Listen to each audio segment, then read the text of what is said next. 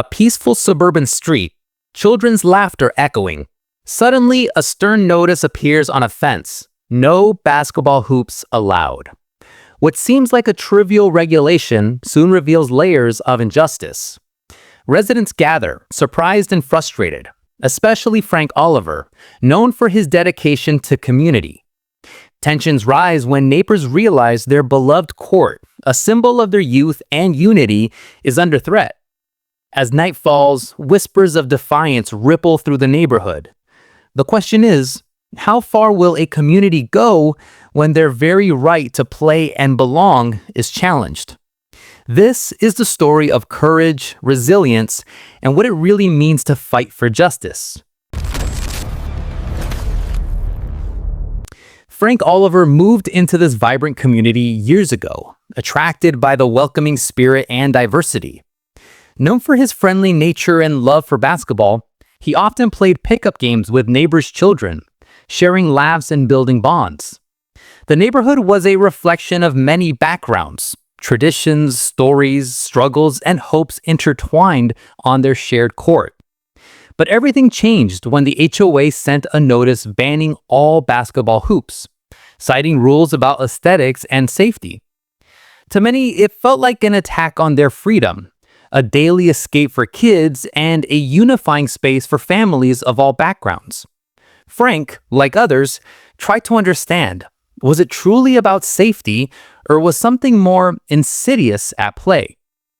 Struggling to accept the new rules, neighbors began to wonder, why now? Was this decision purely aesthetic, or was it rooted in deeper biases?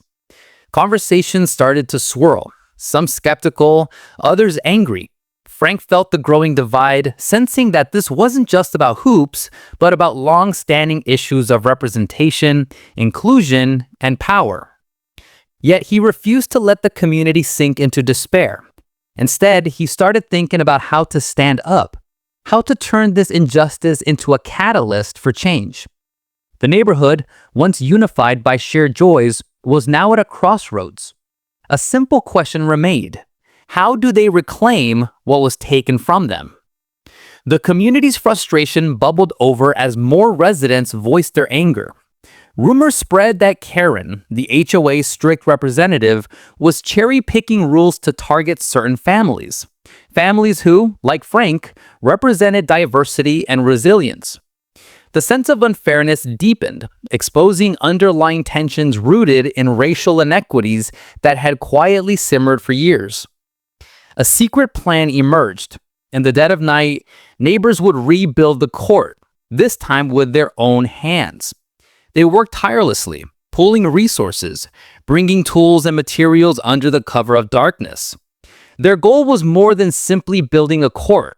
They wanted to send a message that justice, dignity, and community spirit could not be silenced by bureaucracy or bias.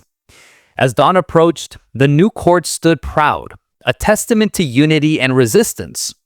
Word spread quickly and emotions ran high. The next morning, residents gathered around the court, proud yet anxious.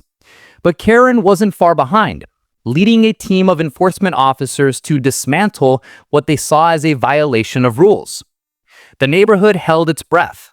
As officers began to threaten removal, residents shared their stories, many of whom had faced discrimination outside this community. Their voices, layered with pain and hope, questioned whether a simple basketball court could be a battleground for broader struggles about identity, fairness, and respect. In the midst of this tension, a young girl with bright eyes and a basketball clutch by her side asked Karen, "Is playing really that wrong? Why take this away from us?" Silence. The moment was charged. No words, only the weight of unspoken truths about justice and injustice. The scene reaches its peak as tensions explode. The community's resolve faces the full force of authority. Karen, backed by law enforcement, demands the court be dismantled. But Frank steps forward, voice steady but firm. He speaks of the injustice, the truth that this is more than just a hoop. It's about dignity, about belonging. As the officers threaten to remove the court and disperse the crowd, the community's collective spirit shines. They stand together, not just defending a basketball court, but fighting against a system that seeks to divide and diminish them. The scene is raw, emotions on the surface, memories of marginalization lurking beneath. In that moment, the girl's question hangs in the air. Why take this away from us? The unspoken answer is clear: because they refuse to be invisible, because they deserve to belong. As tensions peak, the community makes a quiet but powerful stand, resisting, unyielding, and hopeful that their fight is part of something much larger. In the days that follow, their story spreads beyond the neighborhood, sparking conversations about racial bias, community resilience, and systemic injustice. Legal battles ensue, media coverage amplifies their voice, and the neighborhood's defiance becomes a symbol of collective resistance.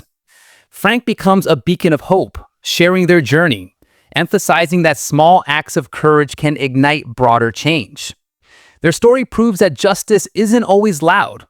Sometimes it's built in silence, in resilience, and in unity. In closing, viewers are left with a provocative question. How many hoops must be taken away before we realize that justice is about more than just rules? It's about the right to belong. Because in every community, every story of resistance lies the power to redefine what fairness truly means.